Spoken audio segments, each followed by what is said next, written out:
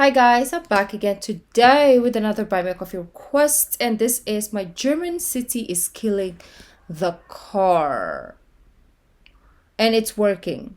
So I'm guessing it's making it hard, like this German city is making it impossible for people to own or drive cars so that they will use bikes or other form of transportation more. That's my guess, but we're gonna find out. So before we start, don't forget to subscribe, click the bell button, and let's find out.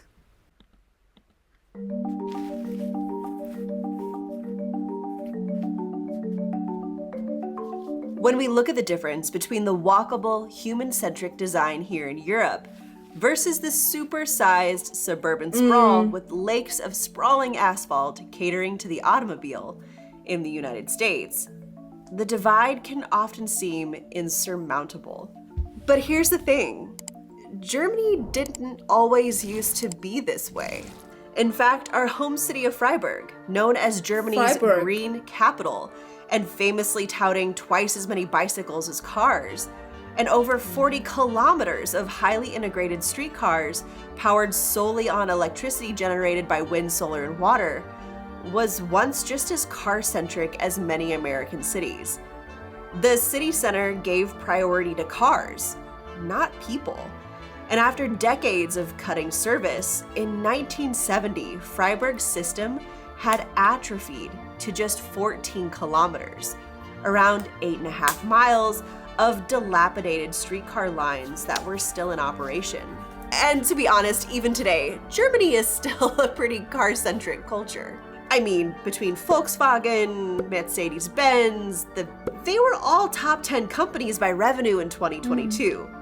And we still have the infamous Autobahn, where you'll see long stretches for unlimited speed. But over time, the Germans found a way to embrace both.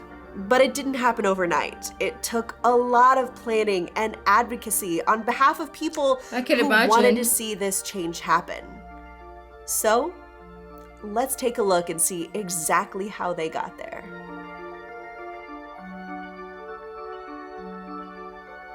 So beautiful. I always have to be reminded how beautiful Germany is. Like, I always get surprised for some reason. Objectively speaking, it's not hard to fall in love with Freiburg. Originating as a merchant settlement in 1120, our medieval German city is nestled at the foot of the Black Forest near the border triangle of Switzerland. I think this is one of my favorite places when we reacted to, like, German, I forget which specific video, but places in Germany or something like that. And this is one of my favorites. In Germany. But with around 10% of the city's near 250,000 residents attending the prestigious Albert Ludwig Universität, our city is also one of Germany's youngest. So beautiful. Plus, current mayor Martin Horn was just shy of 34 when he was inaugurated at Town Hall in 2018. But don't let the colorful, half-timbered houses and cobblestone streets of Old Town fool you. A lot of those structures are actually pretty young, as they were faithfully and lovingly reconstructed after 2 separate World War II bombings. But I'm getting a little bit ahead of myself. Let's back up a bit. If you were to walk the streets of Freiburg at the end of the Second World War, it would have been wholly and devastatingly unrecognizable. I mentioned Freiburg was bombed not once, but twice, practically leveling much of the old city center and severely damaging the adjacent neighborhoods of Stühlinger and Herden. So in the 1950s, the overriding theme was still reconstruction. Although enormous reconstruction efforts were made, the city remained littered with rubble for several years. In fact, it wasn't until about 1950, 6 years after the bombing and 5 years after the end of the war, that the city's tram and bus network was fully operational again on all of its lines. But you see, like many cities in Germany after World War II, they were faced with a dilemma. And that was, what exactly do we want to look like moving forward? For some cities like Mannheim, this meant losing its medieval pre-war form and embracing the utility and predictability of building on a grid. But Freiburg took a different approach, choosing instead to largely reconstruct the city in the same medieval form. It's why our city still has the beautiful water-filled Bekles and the charm of the Fischerei, where, no, it wasn't for fish, but for the tanning of hides.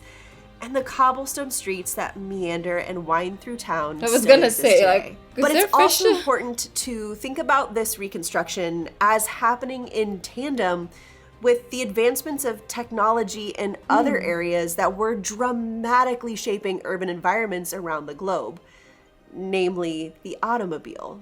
Today, you'll still find it's a good balance, like have that history, culture, or architecture, but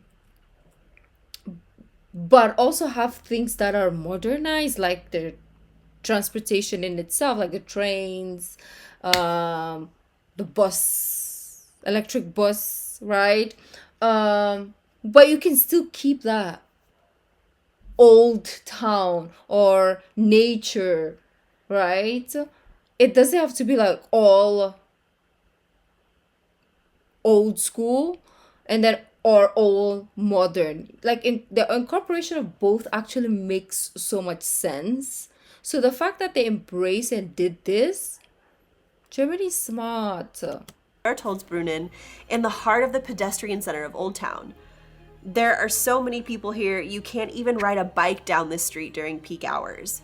But if you were to go back in time, things used to look a lot different. In fact, there weren't just cars, but traffic lights at this intersection. The famed Münsterplatz that surrounds the stunning Gothic cathedral in the heart of the city, where today hosts one of the best farmers markets in the country, used to accommodate parking spaces for cars.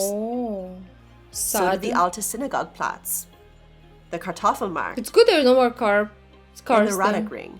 The famed Blue Bridge that spans the tracks over the central station was originally built for cars, not bikes. And the pedestrian zone in front of the futuristic Love It or Hate It University Library. Why love it or hate it? That looked a lot more like a highway than a connected campus.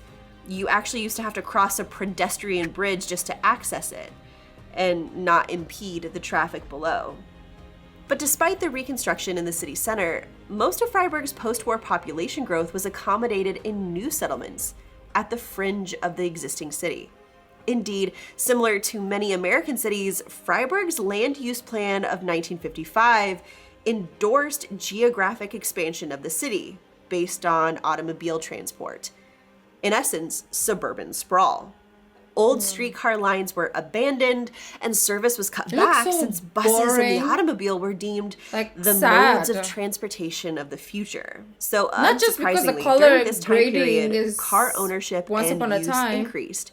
But and so did airplanes. Like the town just looks so sad, right? It doesn't look lively as it does now in the video that we just saw, right? In comparison, there's like people hanging about, walking around. We have the market, the farmers market there, and people riding. It looks more lively and happy. And then you put it side by side. This one looks like a town wherein a murder just took place, to be honest. Like, I watch a lot of crime investigation.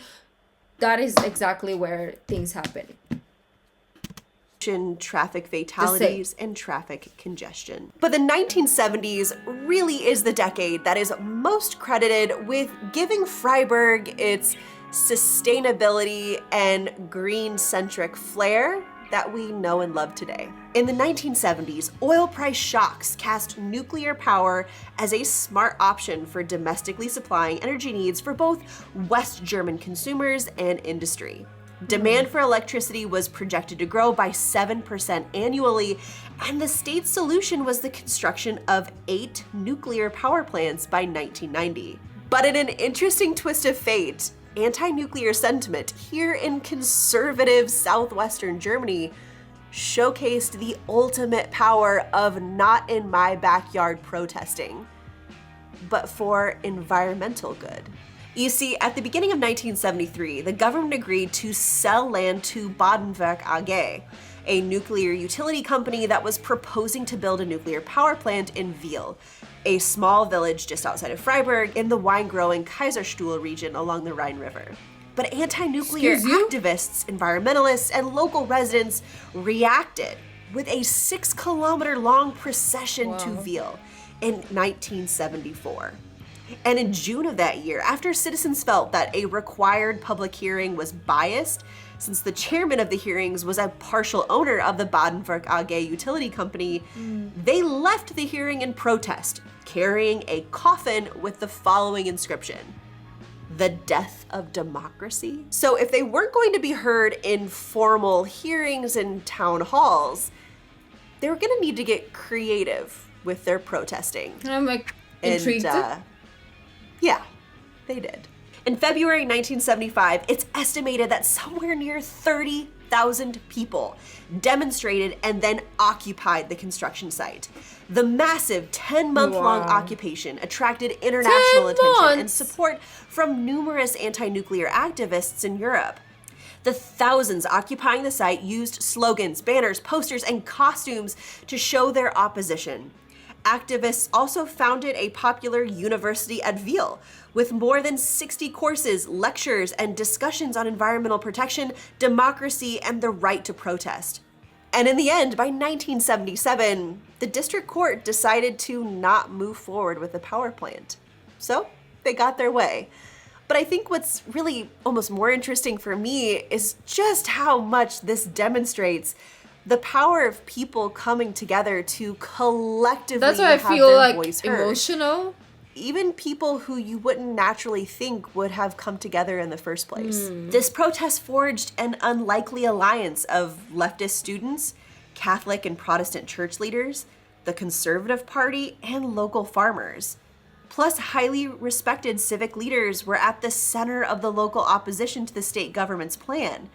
And their role in the protests legitimized environmental protection and alternative development ideas for the local population.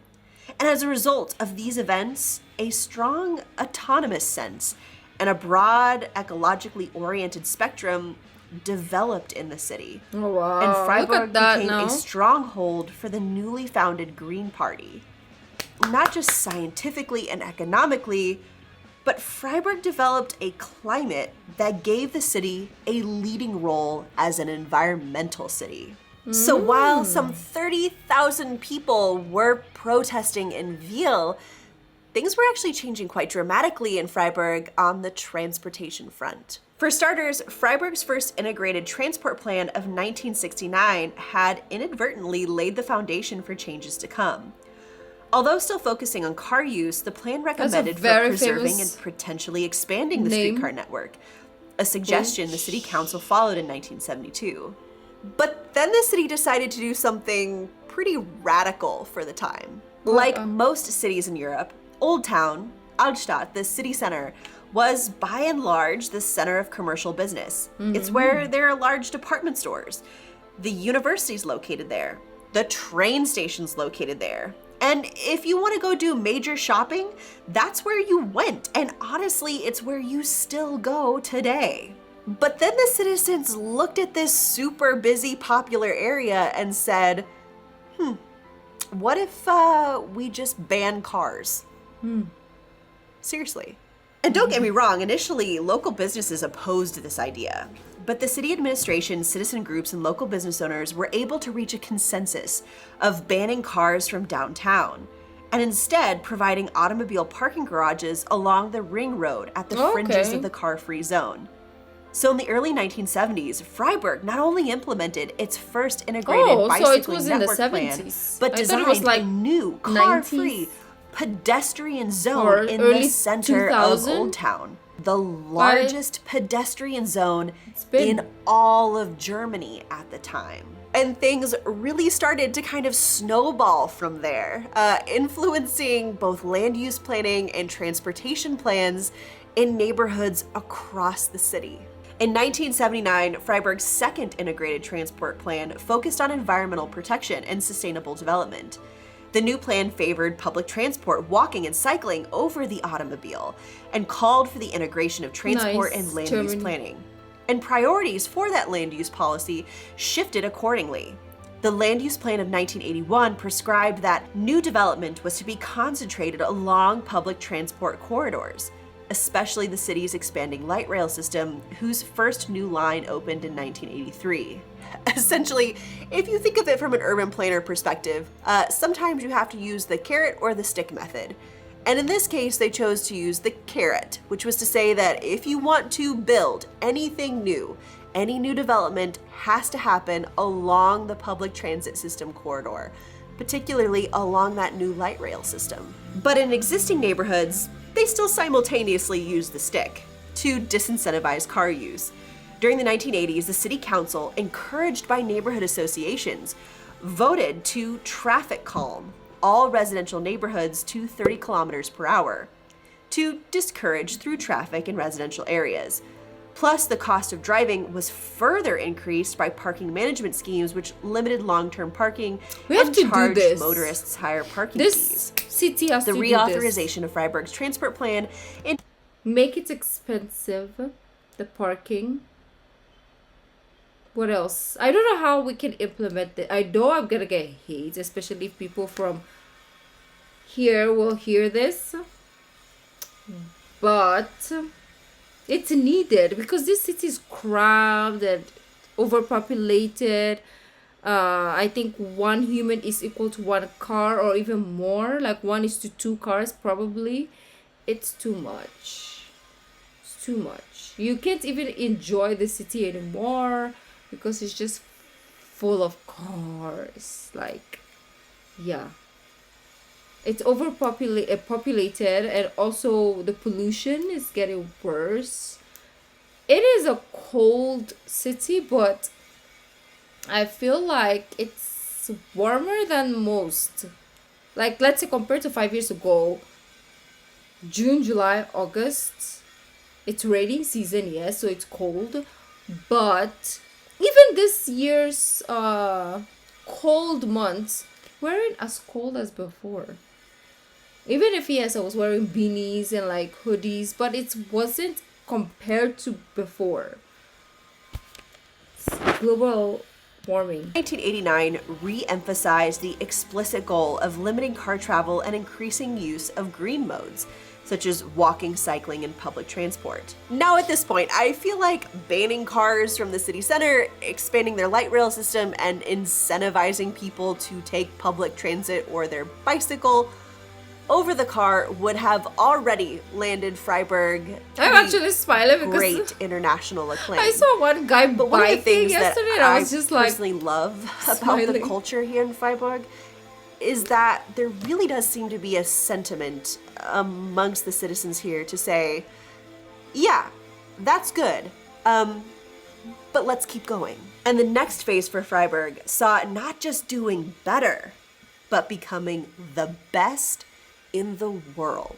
From 1993 to 2009, Freiburg redeveloped two inner suburban neighborhoods around newly extended streetcar lines, Riesefeld, which was built on the site of a former sewage farm, and Vauban, which was built on the grounds of an abandoned French military base. And they essentially were trying to solve a dilemma that plagues a lot of metro communities in the US.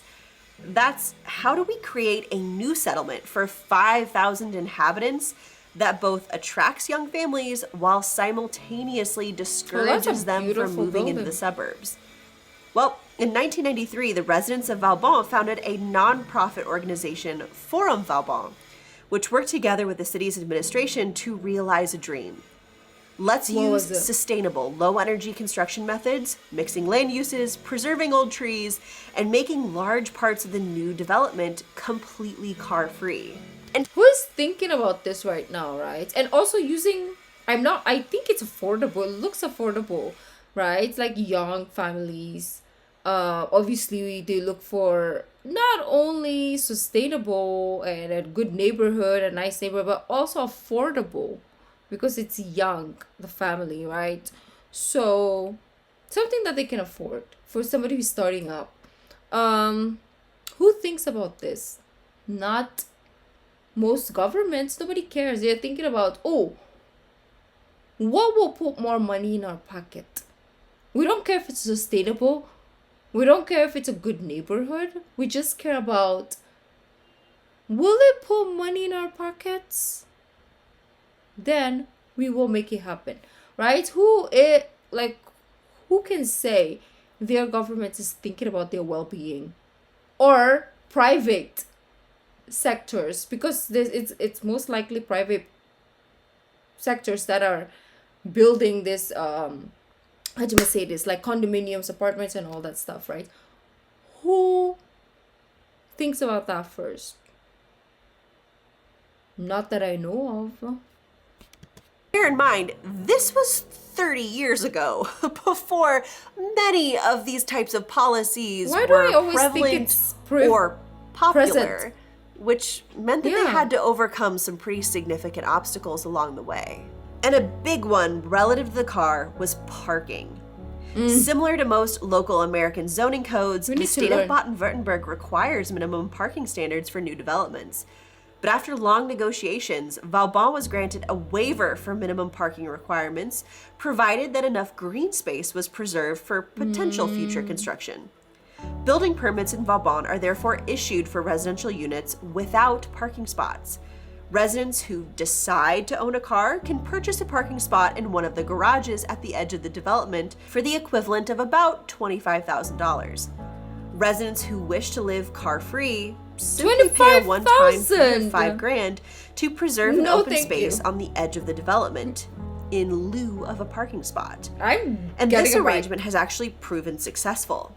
A recent survey showed that there are only 150 cars per 1,000 inhabitants of Vauban, compared to the roughly 420 for the city of Freiburg and over 560 for Germany. But before I wrap up this video, I want to head back to Old Two-wheel Town takeover? and talk about a more recent development that's actually happened within the city since I've lived here. Anticipating a large growth in automobile transportation, the city took steps in the 1970s that drastically changed the area around the outside of Old Town, particularly near the Schwabentor.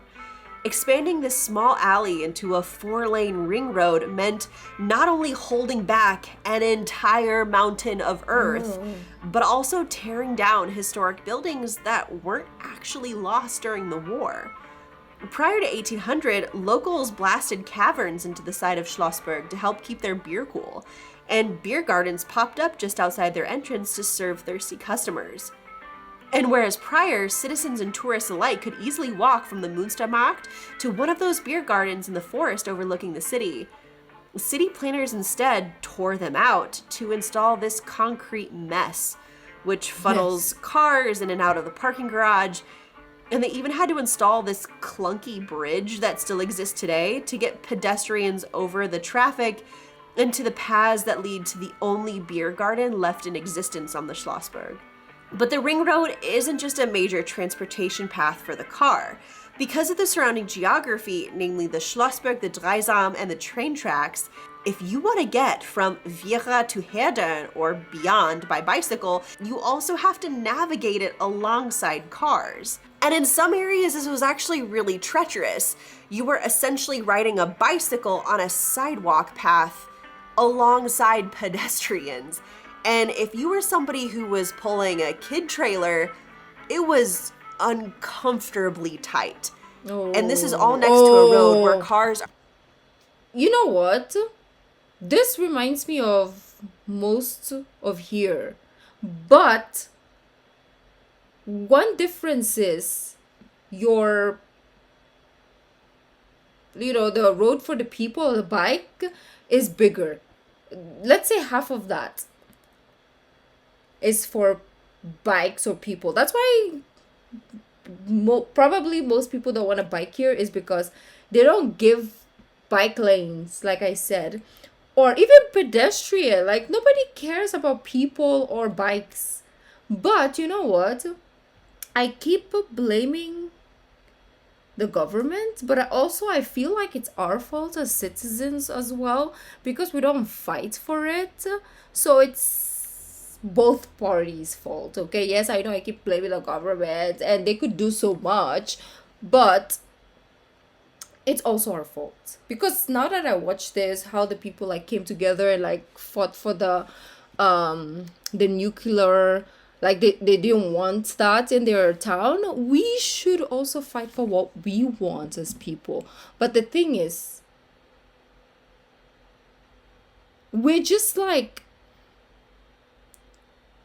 how do you must say this? Like, our culture is not necessarily um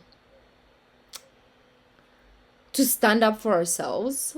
Like, our culture is not, it's not like, we're obviously, it's a new world, it's a new age, it's a new day, right?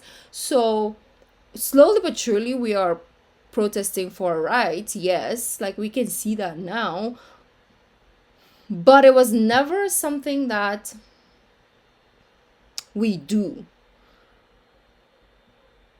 And I don't think people are woke to this lifestyle because we haven't seen it, or we don't know that we can have it. We don't ask for it, or we don't fight, not necessarily like brutal fight, but we don't fight for it. We just need like someone who wants the better for the city and the people to be the leader, to fight for this world. Then the Filipino people will be like, yes, let's do it, right? Because we don't know. It's kind of like we're living in this darkness. Like, this is the world we know right now, like where we are.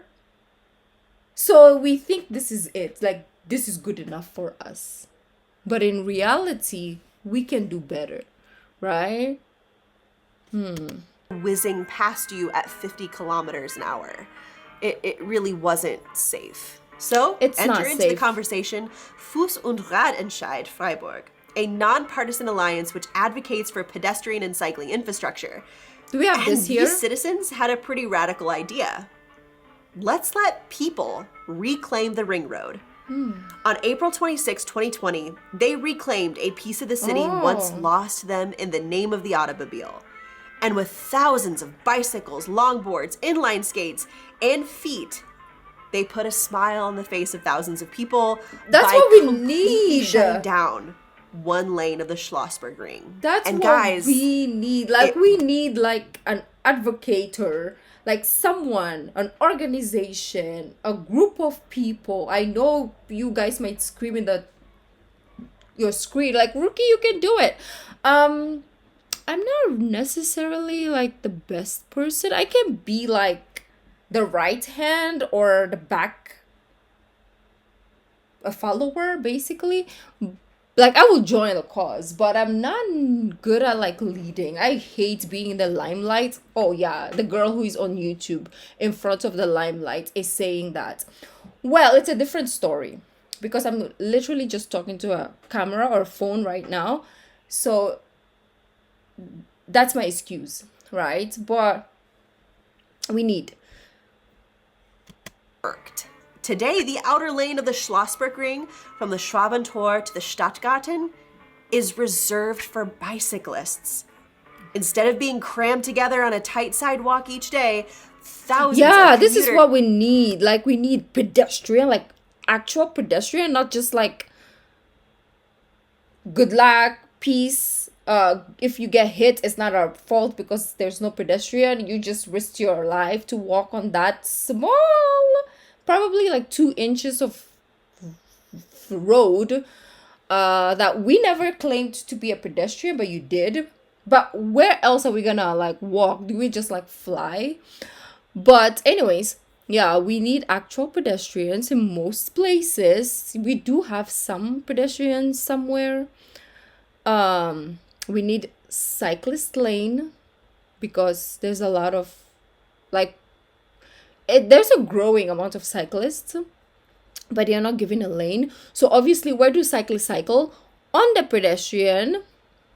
And then we need to lessen the automobile, like the roads for cars, so that cars will not be increased. But then cars are gonna be like, Ruky, you're gonna cause traffic, but that is not my problem.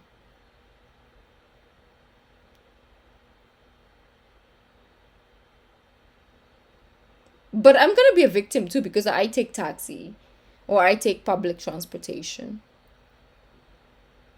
The thing is, we just need to figure it out, a system that works for everyone. So we can live in this beautiful, peaceful harmony, but then also reduce the cars.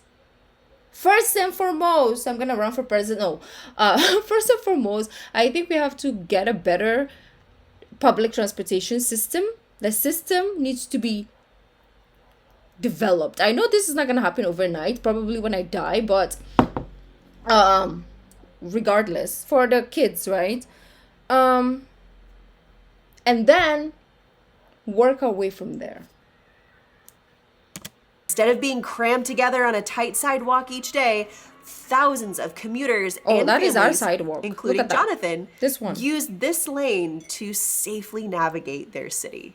As populations grow, we have to be innovative. We have to find clever and smart ways to integrate green technology and to make sustainable travel options not just viable, but preferred. And yeah, speaking candidly here and as an also affordable. Because when I went to Singapore, they give you like you can purchase a tourist pass for 3 days. So when the 3 days was over, my friend was like, you can use your card as long as like you told your bank about it that you're gonna use it abroad. It's fine. You can just like tut with your card. And I was like, but what if it's expensive? And she's like, no, it's just 4 pesos. And I was like, okay, you're lying. Maybe they're going to like add like, you know, those, how do you call it? Like the exchange rate, right? So I was like, you lie, bish. So I checked my bank and it was literally 4 pesos. There's no additional whatever. It's 4 pesos. Where in the Philippines are you gonna get a 4 pesos ride? And that was like the MRT, the train, right? And I think I rode from like, let's say, like it was long. I was from the stadium to the home, which is an hour. Obviously I interchange and stuff. So probably like 45 minutes of ride was 4 pesos. And I get it. I too sometimes look at cities in Europe, specifically Freiburg, and then I think back to just the sprawling suburbia that we see in the States, and it does seem like there's just this huge divide between European and American cities.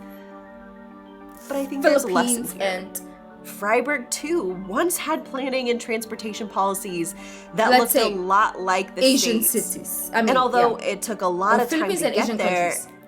Change is possible. Like I said before, there really is this sentiment in the city where people look around and they say, yeah, that's good, but let's keep going. And it makes me so excited to see what kind of changes are going to happen 20, 30 years from now in a city that already, by my standards, seems to do quite well in the green cycling infrastructure category. Good for you, Germany. So maybe that's the lesson. Maybe we're not all that different. We just have to learn to advocate for it and get political leadership and funding behind it. So I think that's probably a good place to wrap up this video and ask you guys down in the comment section. What would you like to see in your communities to make them more sustainable, more cycling friendly, more pedestrian friendly, and more specifically, what do you think has to happen in order to get there? I think let me know down in the comment section below. And as always, if you enjoyed what you saw today, be sure to hit that thumbs up button. I'm subscribing. And for more content from the Black Forest family, hit that subscribe button. So, until next time. Thumbs up. Oh, I already did. Okay. I like it. It kind of like gave us a conversation going. And let me know if there's some stuff that I said that you don't agree with in the comments, or you want to add that wasn't mentioned in this video. Let me know down in the comments. Or if you have like some insights to how we can improve things on this side of the world, let me know down in the comments. Okay, like let's get it going, guys. This has been very insightful always and forever. I don't know why we don't look at, like, example, Germany, Netherlands, or even Singapore for that matter, or most of Asia, and do the same here. Like, why? I mean, yes, we want to keep the jeepney because it's very cultural, it's historical. Yes, keep it, but we can improve the system of the jeepney. We have buses, we have trains, only in Manila, the train, buses. We just started having the bus here, maybe a year ago or 2 years ago because of COVID.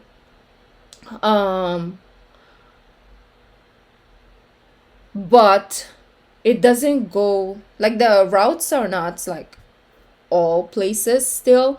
So maybe, as time goes by, it will be better. We need to work on our road and implementation of car ownership. We need to make some law about it because it's getting ridiculous. Ridiculous. I don't even know how people are affording cars in this country. Like, how the Famalama Lama are people able to afford cars? I know there's installments, there's loans and stuff like that, but how? I feel like our priority as people here are so messed up because we prioritize luxury over, I don't know, a lot of things. Health, for instance. We want we want car to show off to our friends. We want the next iPhone, but we don't care about our health or the country. Like, our mindset is all fudged. But anyways, guys, this is me ranting again, and I'll see you in my next rant. Bye.